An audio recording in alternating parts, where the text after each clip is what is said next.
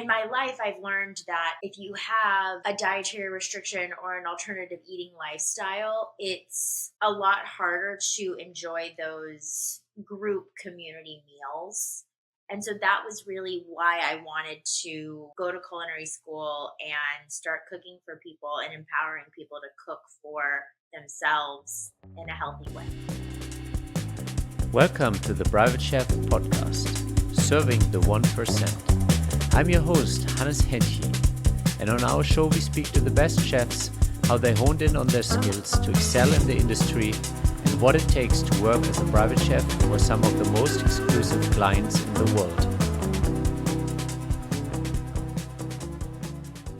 Welcome back to the Private Chef podcast. I'm your host, Hennche.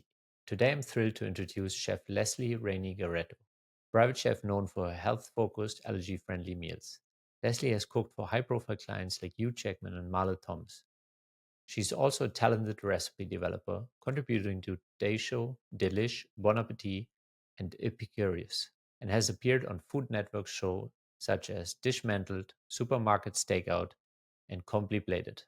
Join us as we explore her culinary journey, insights on healthy eating, and thriving in the private service space. Welcome, Chef Leslie. It's a great pleasure to meet you. Hi, thank you so much. I'm excited to be here. So tell us a little about where did your culinary journey start? Where did the love for food come from? So, my culinary journey dates back to this one moment when I was a very young girl. I remember sitting on the counter at my grandmother's house, and she put everything in a bowl that was needed to make a cake successfully. The baking powder, the sugar, the flour. And then she looked at me and said, "Okay, now go through the kitchen and put whatever else you want in here." And that's really my first moment remembering being creative with food. And it kind of flourished from there. I grew up in Dallas and Nashville, and so a lot of my cooking is very Southern influenced. But I cooked my entire life. I remember one time in college, I had a girlfriend who was making chicken, and she said, "Are we old enough to make chicken, to cook chicken?" So I kind of always had a stronger interest in food than my peers.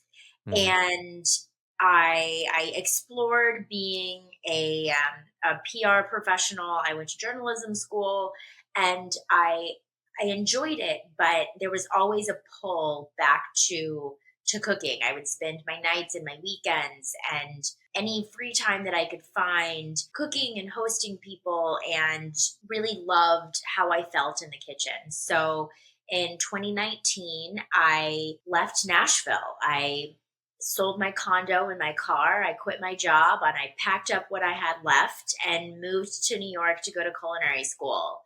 And that has been the beginning of my culinary journey. A lot of where my desire to go to culinary school sparked from was this realization that so many people are eating foods that they shouldn't be eating, or they make inflames their bodies or makes them sick. And so Mhm. when I went to culinary school, my idea was to be a cook and a chef and a recipe developer that gave people the option to eat the way that they should by choice if I were their private chef, or adapt any recipe that I developed to also meet their needs. So that was really my idea around my personal cooking, where you can have all the flavor without the scary fuss.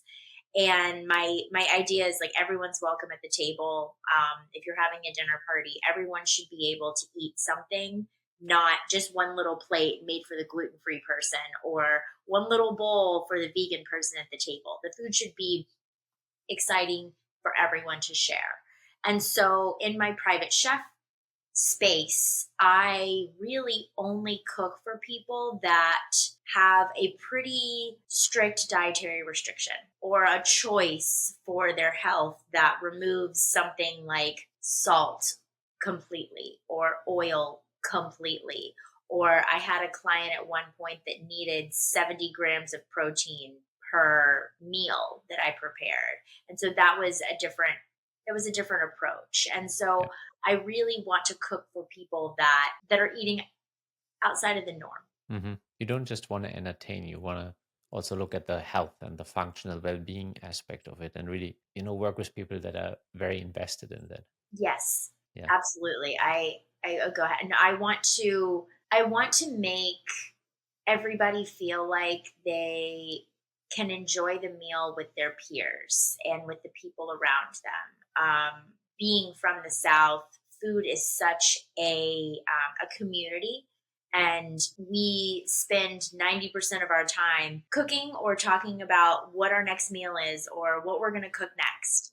And in my life, I've learned that if you have a dietary restriction or an alternative eating lifestyle, it's a lot harder to enjoy those group community meals.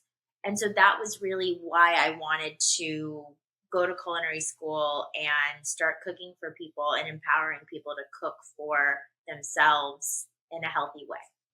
hmm You did mention inflammation earlier, and I think it's like it goes hand in hand with the standard American diet. So I think most people are not even aware of what they're doing to their body. But then also, h- like, where did that awareness come from for yourself to that, okay, these foods lead to these health or medical outcomes, and like inflammation is really one of the biggest ones. And there's food that really drive you down the highway of inflammation. And then there's also foods that can help you recover from it. But where did that awareness come from for yourself, that understanding? So I have a fairly rare esophagus disease. The acronym for it is called EOE. I'm not going to try to say the scientific name, but if you Google it, it'll pop up. Um, I can't even say it when I'm in the hospital correctly to the doctor, so I'm not going to try here. But my disease is provoked by me eating corn and its byproducts. So when I was a young child, I was sick all the time. I had strep, pneumonia, bronchitis, all in the 3 month span. I Mm-hmm. was breaking out. My hair was falling out. There was lots of issues. And we went to the doctor and we learned that I was allergic, not in an anaphylactic way, but allergic in a severely inflamed way Mm-hmm. where with my disease, what happens if I eat too much corn, my throat will actually swell to the point where I can't swallow. And that is why I was so aware of what food can do, especially to Americans, because of how many chemicals and fertilizers are used in growing our crops. And I learned a lot about, well, animals eat corn. So if I eat too much of this animal that is fed corn in our country, then I something happens to me there. And so I went through Mm-hmm. this whole journey of removing gluten completely and putting it back in and seeing how that went. Removing alcohol completely and putting it back in. And now I've gotten to a point in my life where I found the right supplements. I found certain things that allow me to be able to eat without as much fear as I used to have. But there Mm-hmm. was a about a 15-year span of my life where there was no cornstarch, corn syrup, cornmeal, a byproduct of any kind like citric acid. And a lot of not this is not food related, but a lot of our products, our household products in America also have corn in them, like dryer sheets and certain plastics, things like that.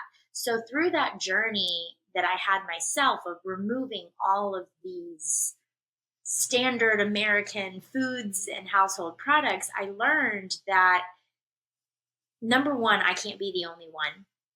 And number two, we are so unaware of what we're putting in our bodies Mm-hmm. that, kind of like you said, we don't even understand that we are inflamed. And that was the driving factor for me. I actually before I went to culinary school, I did a couple of online courses with Cornell about nutrition and plant-based eating. And overall, just I took those two nutrition courses to not help other people at the time, but to empower myself with that knowledge so I could then care for myself. And Yeah. because I took all of that time and energy, I really just got down to the point where I said I want other people to have this knowledge and I want to help other people.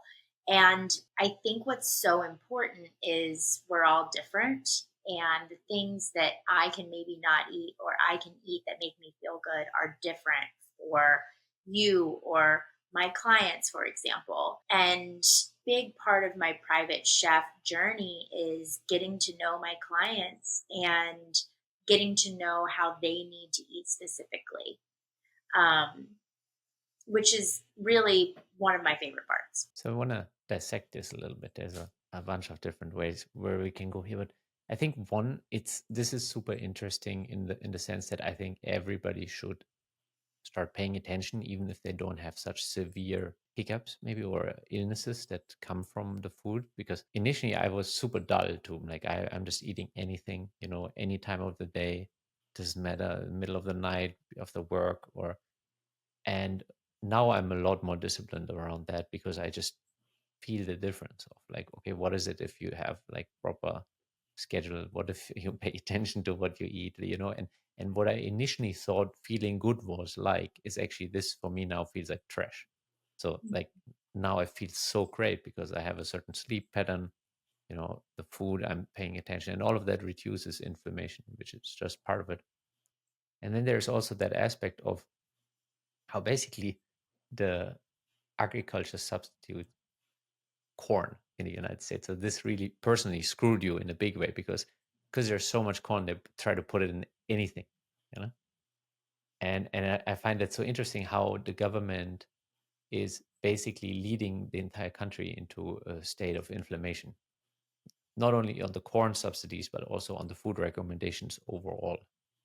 And I think only people like yourself that go down the rabbit hole actually can come back and share and be like, hey, this is what we are taught, this is what we thought is helpful, but kind of based on my own research and my own understanding and my own well-being, you can now turn around and share that with other people, which I think is the most powerful space to teach or share from. Is I went down that road, I went through very severe health issues, and I'm coming back from that place telling you there's light here, there's like we can turn this around, we just have to find out what works for you. Absolutely. And I think that probably one of the most like exciting parts of someone's life is when they start recognizing what does make them feel good and what works for them. For example, I was fully vegan for about 5 years before I met my husband. And then I went to culinary school, and I don't know if you know this, but it's almost impossible to be vegan in culinary school because the first week is meat week and you just Yeah. cook every single version of a cow, every single cut of a cow, taste it next to each other. So I dove in on that so I could learn. And then a couple years ago, we decided to become vegan again and fully vegan for 2 years. And then we looked at each other at one point and we recognized that we felt amazing. Our athletic ability had completely changed. We we loved what we were doing at home with each other because it was safe to be completely vegan, to eat vegan cheese, to eat beyond an impossible meat, all of those things. But we were missing out on a lot of social parts of life that we loved.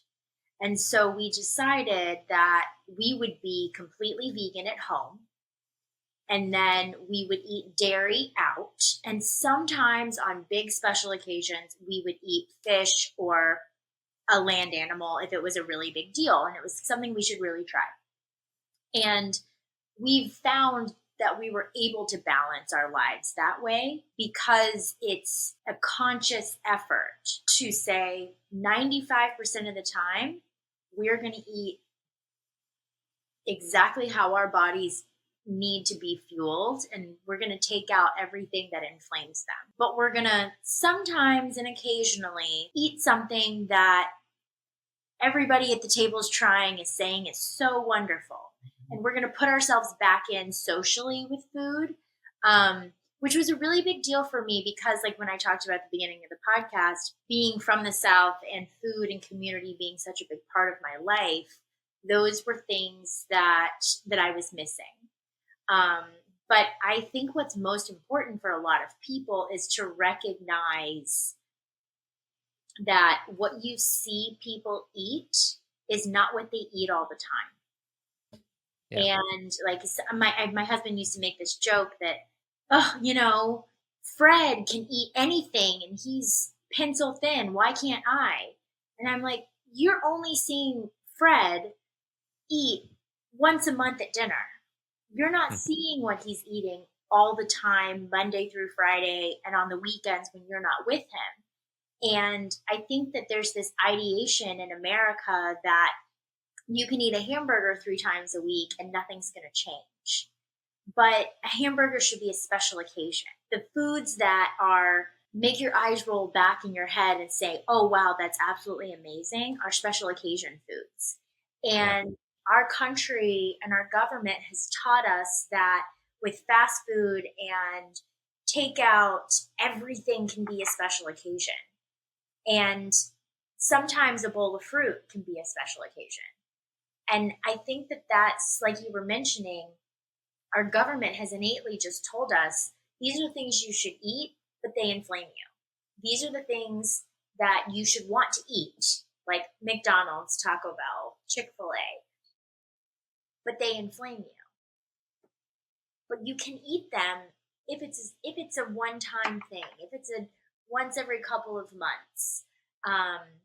But a person going through that journey themselves and realizing what is good and what is bad for themselves, I think is like part of the biggest moments of becoming a full adult and growing and maturing. I think so too.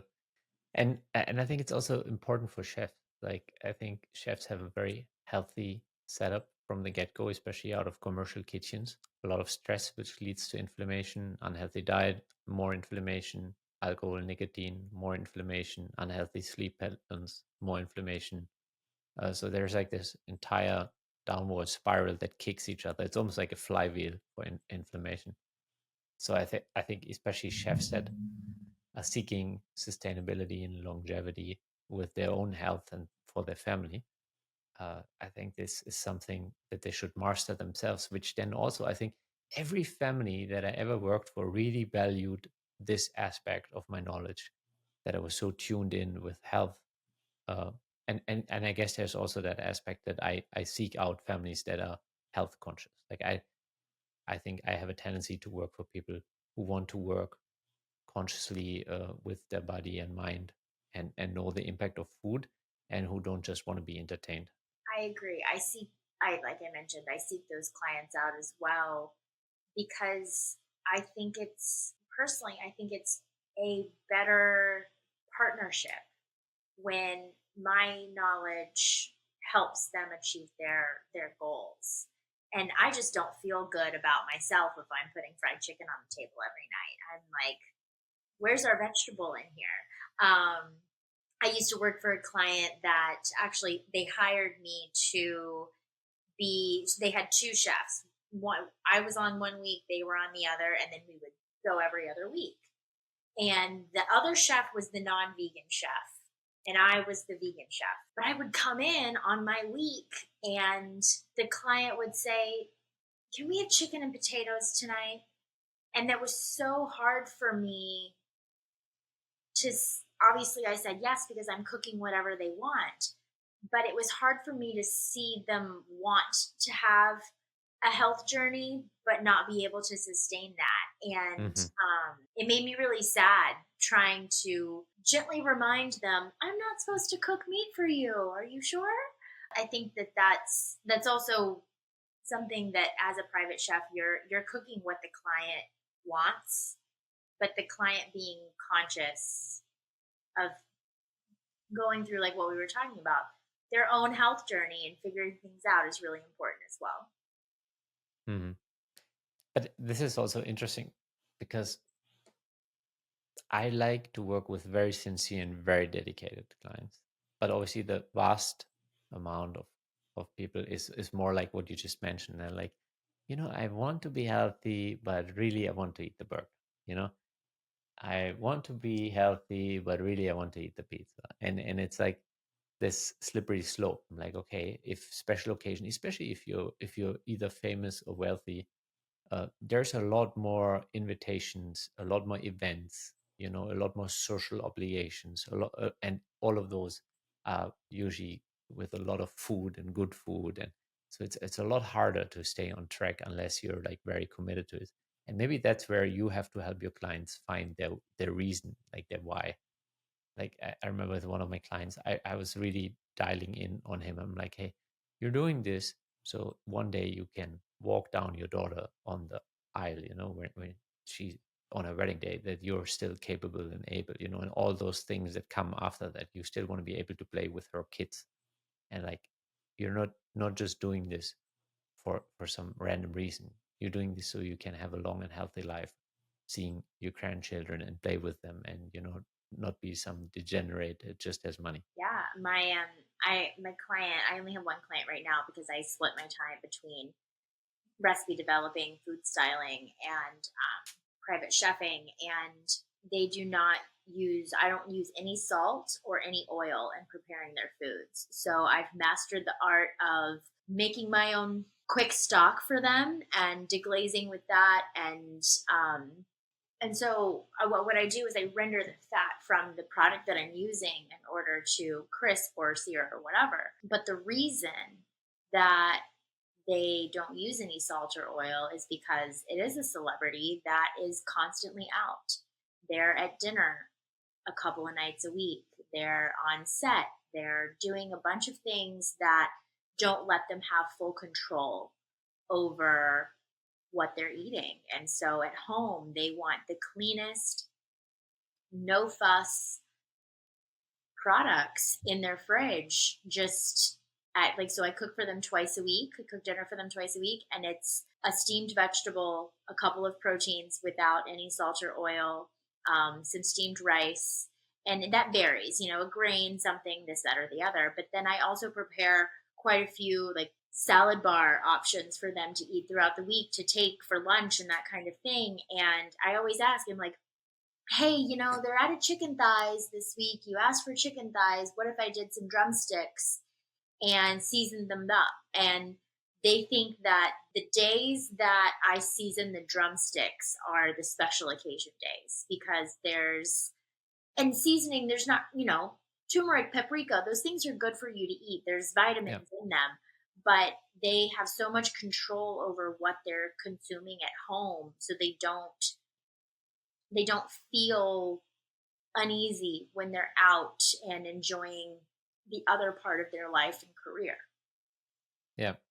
And actually the harder part in social settings is the reaction of other people. Like if I fast a lot, so if I sit in front of people and I don't have a plate, but they have a plate, then they feel uncomfortable. They feel like they cannot enjoy their meal because I'm not eating, or there's all those things around it. So kind of helping to mitigate that, and it's probably very beneficial. I'm wondering why they're not even touching olive oil at home. No, and there's a health concern for the reason that they've taken it out, Hmm. but they don't. That's actually funny. Most people say, "But oil's good for you," and I think like when I talk about this client, and I think that what I've discerned from their request is there's so little they can control most of the time that at home they just don't even want to use it. Hmm. Interesting. Because I think there's a lot of science around extra virgin olive oil, like really solid one, which is very beneficial. And I mean, obviously, helps. Like if you have otherwise, if you have a trashy diet, it's better to have a color deficit. So maybe it's easy to mitigate that if you don't have any oil at home. But I think the benefits of olive oil are really established. I personally wouldn't abandon olive oil. At least I would definitely abandon all the other oils. I agree with you. I think that olive oil is such an easy way to enhance flavor without, like, especially like a drizzling and after the fact olive oil, the spice and the aromatics of a really nice fresh olive oil can take a fresh tomato from the farmer's market and add a little bit of salt and olive oil, and it completely transforms a dish. But I think with this client, they're just trying to get at a deficit at home, which I've been with them for a couple of years now. So when I say it now, I don't even really think about it. I just go in and I know how I function, and I know how I cook the chicken and I make the salmon, those kind of things without it. But it's funny that cooking for them in their environment has changed a little bit of how I cook for myself at home. I think about, like, sometimes I'll just like completely forget to season something and I'll sit down to eat and I'm like, oh wow, I forgot to put salt in that Mm. because I would have just come from their house or something like But that. I can relate to that, and I think it's actually super interesting. Like I'm eating so much cleaner and leaner, and not less flavor, but there is just a like I used to like heavy French dressings, and now I'm eating my lettuce a lot cleaner and leaner, and really appreciate the crispness of it. And it's also something I learned from Blue Hill Farm Dan Barber, where he literally starts some of the meals with giving you like baby carrots that are just and turnips and radishes that are just like put on the table and you can snack them. And all they do to it is they have a little like a saltwater spray that they just slightly spray on them. You eat it, and it's like the best carrot you've ever tasted. It's about the and this actually pretty much a European philosophy that many of the chefs that I work with had is just start with the best product, the best produce, and that in itself is kind of the best flavor profile you can have. And I think this is something that is lost in the United States, and for two reasons. One is you oftentimes, especially in generic supermarkets, you never have great produce. It always tastes like cardboard. And there is such a cultural melting pot here. This is something I learned in New York initially, that people are so used to heavy sauces and like bold flavors that they don't really appreciate that lean flavor profile. And you mentioned something as simple as a tomato. Like if you have a really good tomato and you have a great olive oil and you have like sea salt, that those three ingredients are amazing. It's and I think this is a little bit lost because you don't have those amazing products everywhere. And so you're trying to make up for the flavor profile of things with adding more oil, adding more salt, adding more spices. And then again, you mentioned spices like turmeric, which are anti-inflammatory, which is great. So I'm not saying don't add spices, it's just like different way of approaching things. Absolutely. And what I find is so interesting in America is the the places in our country that are known for agriculture and known to be like the hubs of where we're getting the bulk of our produce. If you go into the grocery stores in, let's say, Alabama or Mississippi, even parts of Tennessee, there's almost no produce in the grocery store. It's Yeah. you're struggling to find parsley that's fresh. Hmm. And that's what's so scary to me is those are the places that should have, I went down to the 14th Street Farmers Market this past weekend and I spent $26 on 3 tomatoes. I don't know why I did that, but I did. And I'm going to have them tonight for dinner. And I'm very excited about it. But I know that those were picked, brought to the farmer's market, and now they're in my home. But in the places in our country that actually are growing our food, they should have better access. And I Hmm. think what's so alarming is those are the places mostly that the produce tastes like cardboard. that it's Yeah. not fresh, it's not good. It's Cinderella should not have a better watermelon than the local grocery store down the street in Birmingham, and it does. And I think that that's part of the scariest part of why we're so inflamed and why we don't have the kind of nutrition that we should as Americans is because our access is really limited. Yeah, it's very poor. And I was so shocked. Like when I first came here, I never thought of food as something that can literally harm me in Europe. Like in the supermarket, the products are such. I was like, okay, yeah, okay, and it does to some degree. Now I look at it slightly different. There's also a lot of hidden sugars and stuff, but here it was a lot more obvious to me that like I don't think I should eat this. The color, the texture, the taste, it doesn't relate to me as real food. And then through traveling, like you go Midwest somewhere, I'm like, okay, there's so much farmland here, and I can't find any like farm stands of fresh produce. It's like all monoculture that is like being shipped elsewhere.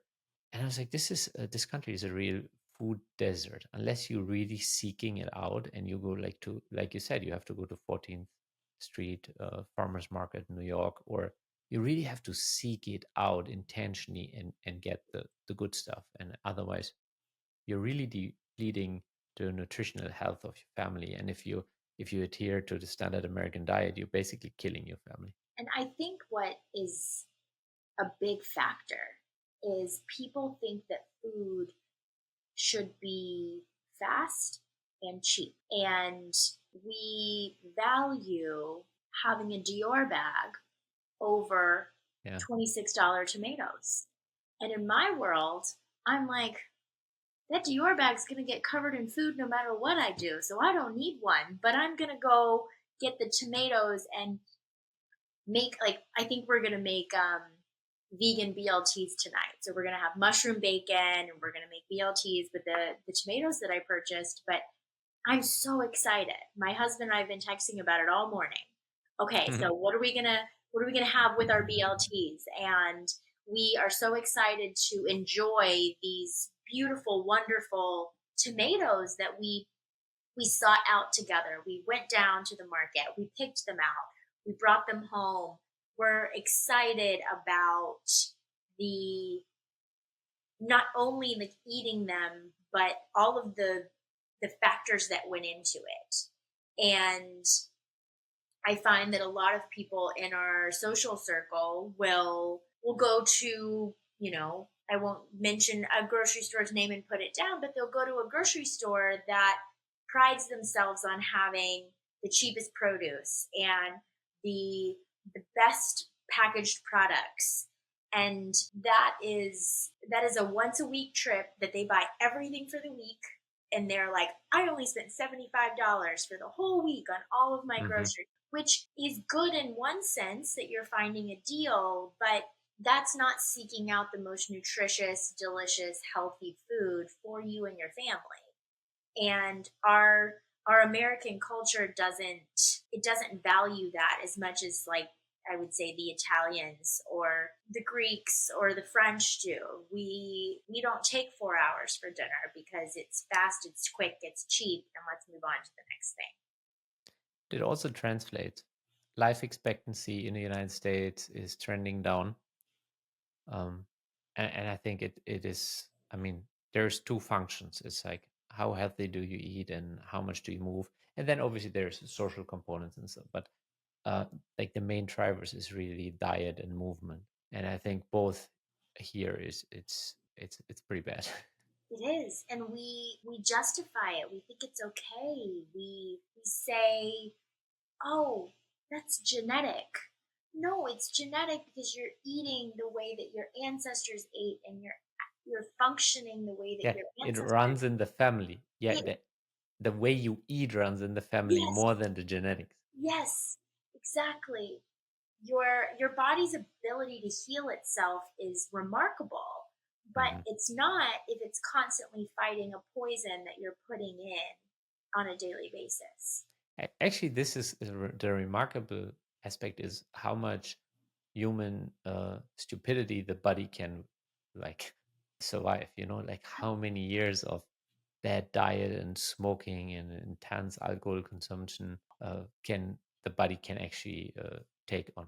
Absolutely. And how quickly the body can recover. That is what is mind blowing for me is Yeah. someone can eat, let's call it like you said, a traditional American diet for 20, 30, 40 years of their life, and then 6 weeks of eating anti-inflammatory, clean, healthy foods can completely transform who they are. And our bodies are so strong to be able to, once it's cleaned out, really, really fuel how we want to and should function. Like you said, what I used to think was feeling good is actually feeling like trash still. And I mean, I'll say this, I think a lot of it has to do with our sleep quality as well. Yeah. And I think what's so interesting is how the body is able to rejuvenate. And part of that is like cells are rather short-lived compared to the entirety of our human system. And then so you have those different aspects. So once you get into like cell rejuvenation after you're reducing inflammation, it's like you're healing from the inside out, and you will eventually start having, better bone density. You will start having better sleep patterns, and all of that. Then the flywheel goes in the other direction. Once you sleep better, everything heals better. You're able to build muscle better because you have better recovery, and and the beauty is, as you said, you can mistreat your body for 20, 30 years. Obviously, it's better to not do that, but you can turn it around within a matter of a couple of months if you're diligent and willing. Absolutely. And I think that, so my client, my no salt no oil client that I was talking about, after about 6 months of cooking for the family, my client came in and said, I went to the doctor, and the doctor asked me what I had done because all of my numbers were trending in a positive way. And then about a year later, about 6 months later, a year into cooking for them, he said, I have completely turned around the disease that I was developing just by changing what you're doing in my kitchen now. And so I think that's a testament to kind of what I was saying about how I eat as well, where if I'm out, if John George himself walks up and says, Hey, Leslie, here's my favorite dish I've made in the past 20 years. Do you want to take a bite? And it's steak. I'm obviously going to eat some because that sounds great. But at home, I'm going to seek out the mushroom bacon at the health food store down the street, and that's how I'm going to make my BLT. And with those changes of special occasion out to your regular eating at home, it has so much to do with letting your body have the time to recover. If you slow your body down occasionally, it's not nearly as slowed down as it would be if you're slowing it down all the time. And so even when you do eat those once a month burgers or whatever the cadence is that you find is good for you, your body is still able to recover faster Mhm. from that special occasion meal than it would be if you were eating that every day. And so just some small, even if someone is not completely ready to go vegan or take out all salt and oil and whatever it is, small changes and watching how your body responds to that can be so beneficial just for giving your body a little bit more power to recover faster. Yeah. And I think this is where, for example, you mentioned blood work from the doctor, where we're luckily getting to a point in time where tracking the outcome of our choices gets a lot easier. Part of it, I mean, it could be as simple as an Apple Watch or a Whoop or an Aura Ring. You can have regular blood work done, or you can get a biome test from the gut microbiome. And all of those combined can really give you an amazing understanding. Like, okay, these were my choices this week, and this is kind of the outcome. And on a blood work level, blood work is always just like a print in time. And now we're getting to a point, for example, you have continuous glucose monitors. So some of my clients had those for like a month on, and they could really seem like, okay, I'm eating this, I'm getting this response in my system. And I think this is a beautiful intersection of technology and medicine and where we are in time, because you get more feedback. Like you would be able to tell if you would be very tuned in with your body, but I think especially men tend to be less tuned in with their body. I'm like, okay, we're like just eating something, and then there's probably some response that we could actually feel or sense, but we don't. We just overroll it. We go about our day, and we have no idea what happened. And then occasionally, once 6 months, or a lot of men probably every other year, get their blood work done. And the problem is the doctor is comparing that to the average American, which means you're being compared to 30% of people who are already obese, and there's like so much sickness in that average that you can't think about that as the healthy standard. Like you want to compare yourself to somebody who is like in optimal health in your age group, and then I'm like, oh, so actually I'm not trending that well if I'm actually looking at it. And I think this is really cool because it allows us to make sense of the health in a way that we couldn't maybe if we are just left with our own senses. Unfortunately, we're so senseless today that we need a lot of tools like that. But I think it's amazing. Have you ever done anything like a gut microbiome test or something? I want to say a very, very long time ago, I did. Hmm. When I was figuring out a lot of the corn components back when I was a child.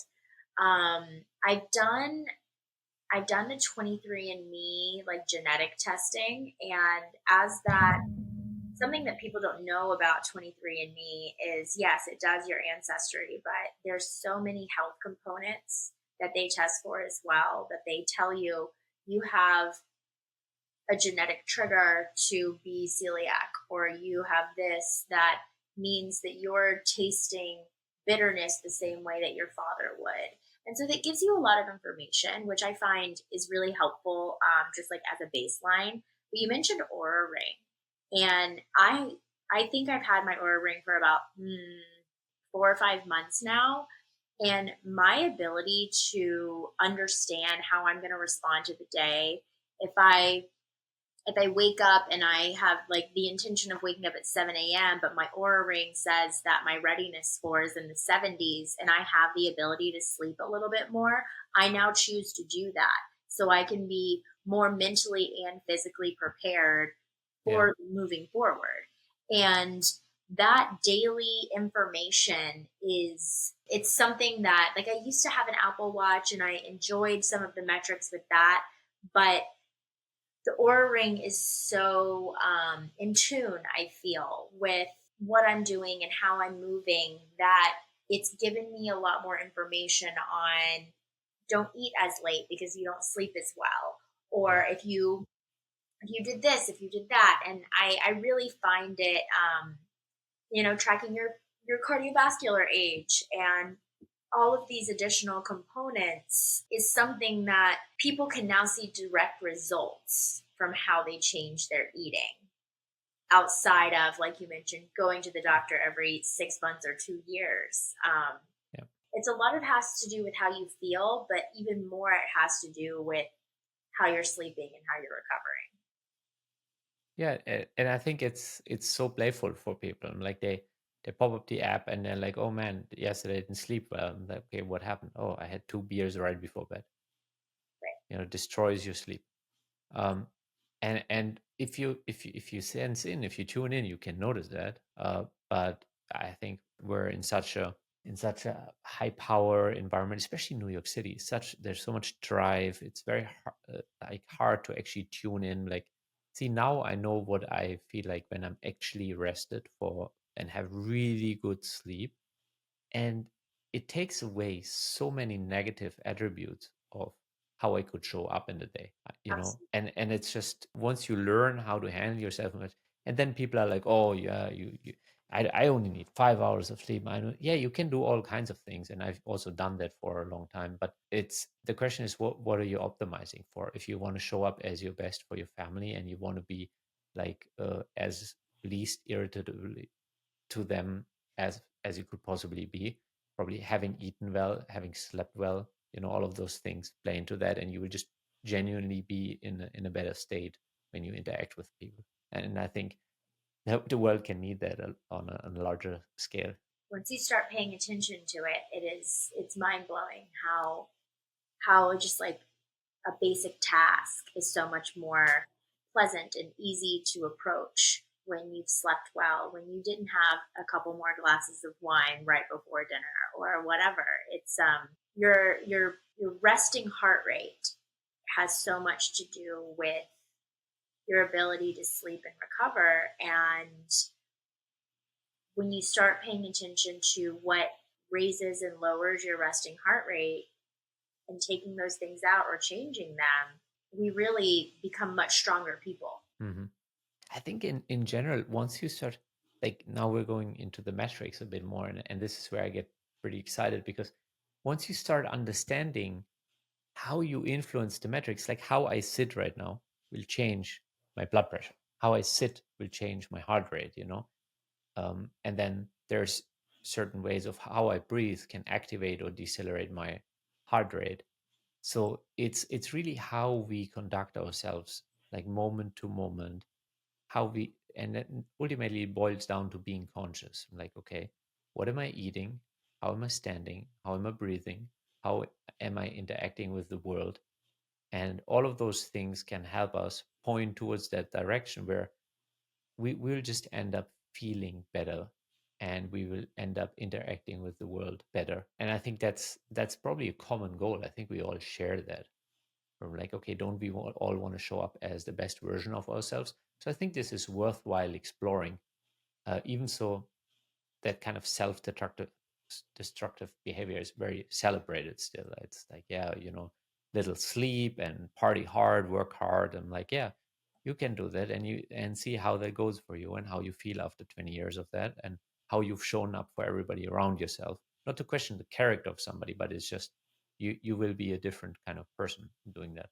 Absolutely. We live in a building that the age demographic swings pretty high. We are some of the younger people that live in our building. And something that I have noticed is the older people that look to have a stronger grasp on their health are much kinder, happier, pleasant people. Mm, They show up with a better demeanor than people that look to have not made their health a priority for a larger part of their life.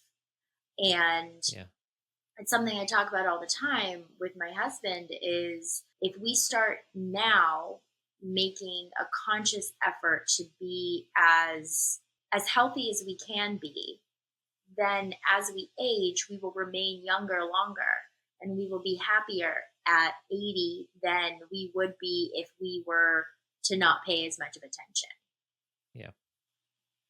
There's also a direct connection between kind of gut health and mental health, and it's becoming more obvious. And there's some beautiful studies around that were done in juvenile prisons, where they shifted the diet so that nothing has changed in the environment, just the food, and the aggression went down in the prison. There was like less suicide attempts, there was overall less aggression, and it's simply by a change of diet, and basically away from closer to the standard American diet to a more holistic diet. And I think that's very powerful. And there's that's very much you can recreate that for yourself if you really pay attention to how you feel after eating more holistic, just real foods, compared to a bunch of crap at the wrong part or wrong time of the day. That your mood will stabilize and you will just feel better. I don't know if you've been seeing the trend of what the Olympians eat right now. I think BuzzFeed or something is doing a like a series where they're following the most medaled athletes and asking them what they eat in a day and how much and all these things. And this girl Hmm. is eating what Simone Biles would eat in a day or whatever. And I have seen oatmeal for breakfast in almost every single athlete Yeah. because it is high in fiber and it keeps you full throughout the day, and you add peanut butter or things that give you more plant protein. And I don't see hearty health hefty bacon and eggs and processed foods and hash browns and all of these. I mean, potatoes are great, but I've seen most of the athletes are eating a really like high fiber, high caloric breakfast to fuel them for the day. And I just don't think that ideation is really put on Americans, where we're spending time paying attention to what we eat first thing, so our brains have the nutrients that we need and the fuel that we need to tackle those most difficult tasks that come usually first thing in the morning. Yeah, uh, that's it's. I've worked with a couple athletes, and I actually enjoy working with athletes because they're very dialed in, and not always, but for them, it's a bit more functional. I appreciate that than if it's just all about the entertaining part of things. Yeah, I actually made myself oatmeal for breakfast this week just to see how it went, and I felt great all day. You know, Hmm. it's I actually do. So my personal diet is I don't eat before noon. I don't have breakfast, and I only eat between so my lunch is usually around 11 to noon, and then I only eat till like 7 p.m. latest, roughly. So this way I'm empty stomach when I go to bed, and I have like kind of that feeding window of maximum 6 to 8 hours, and then I fast like every 2 weeks for 24 hours. I feel like that I've only done some fasting. I'm not well versed. But what I've learned from the times that I have is by by fasting, it gives your mind such it gives your body time to really connect with your mind, where you're not focused on food and you're not paying as much attention to everything else that goes into it. Your brain is actually is giving you're giving your brain a self to kind of clean itself and really reset is what I found from when I fasted.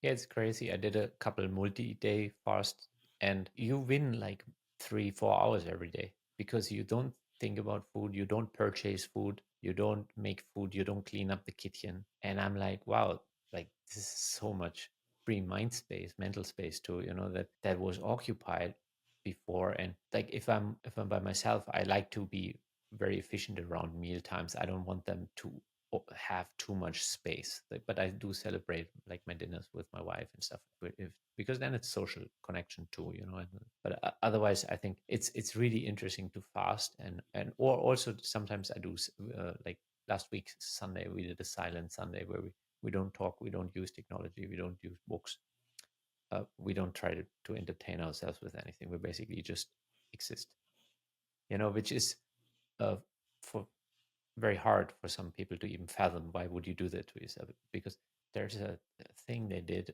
and I think it was men more than women, that so you can take a small electric shock, or you can sit by yourself in silence for 15 minutes.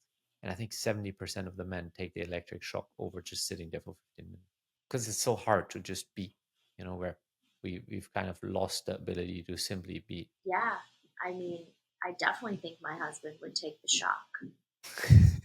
I think on many days when I'm not intentionally going into silence or something, I'll probably also take the shock. I don't know, just out of like, yeah, let's get done with it. Let's Yeah, move on. I do a workout class that their slogan is "You're here to fail." And one of the instructors that I go to most often says, in New York, we would rather say FUCK than FAIL. And he talks about how much we push ourselves and how hard we go all the time. And the shock thing reminds me of that, like I think most New Yorkers would also take the shock because they can't think about not having that 15 minutes to sit. I don't have 15 minutes. I have to keep going. I have to push. I have to do more. And it's true. We don't take time for our brains to rest, to really check in and see how we feel, especially after we eat. We're like, Mm. okay, next thing, nightcap, drinks, out, something. And taking that little bit of time to really check in with ourselves is so important. It's actually New York that pushed me there because it was so intense that I felt like if I don't have a counterbalance, which for me then eventually was keeping my body and mind through yoga and like having meditation practice in a good place. And also I used to just go to Central Park a lot, and so it really helped me develop that self-care practice, or to be aware. I'm like, okay, this is when I'm on top of my game, this is when I'm good, this is when I can thrive in the city, and this is when I die in the city, you know. So, and you either learn to ride the wave or you get crushed, you know. So that's, and I think New York is a place where you have to learn that rather quickly, otherwise you'll just get crushed. Not to quote Jay-Z, but if you can make it here, you can make it anywhere.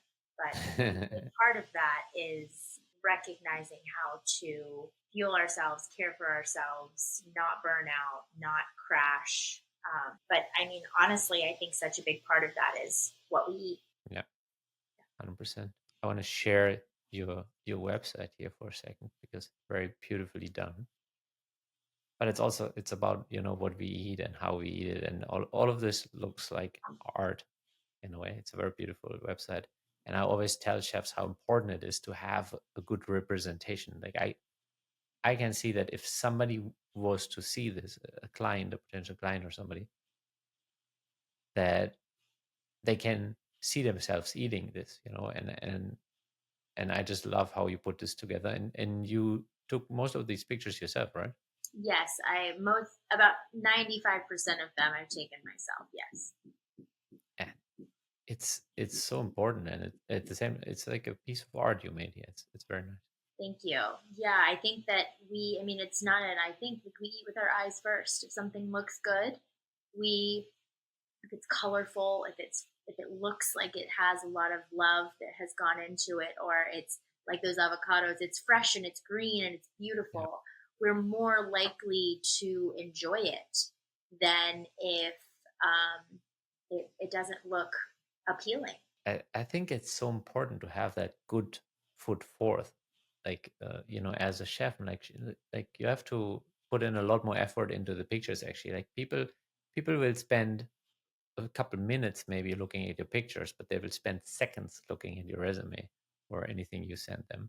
So having a good visual representation of your skill set, and really give them a feeling of what is it like if I have Chef Leslie come to my house, like, and then they can see themselves eating that.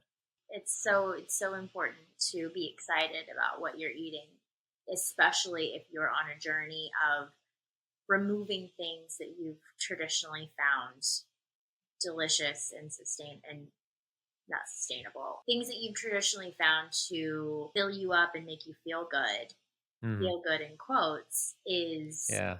Well, if you're making that change, it also being really visually appetizing is so, so important. the interesting thing is it only feels good for 15 seconds while it's going through the tongue and everything. And maybe you have a connection, like the smell. Food is a lot connected to the smell, which is one of the deepest memories that you can immediately recover feelings from childhood and stuff. But it's that's actually very misleading because okay, now for 15 seconds or a minute you enjoy, and then the the counter effect is how you have to deal with digesting all of that for multiple hours, how you feel in the night. I'm like, okay, was this really worth it? Like some foods are very obvious, and I think that's where people. I really invite everybody to go on their journey for themselves, and like, okay, what does a 2 cups of coffee really do for you, especially if you add sugar? I'm like, yeah, you. And I think this is what I love about fasting. It starts you at zero, and you're refeeding, and a single leaf of spinach will feel like the best thing you've eaten ever after you fasted for 5 days. You know, so I think that's the beauty of restraining yourself consciously and be like, okay, I'll just step back from this for a little bit, and then we'll reintroduce it. And then you will have the ability to change the relationship and the meaning of the food. And ideally, you learn the distinction and how you feel better, and you're inspired to keep that up. Absolutely. It's it's so important to have a grasp, you know?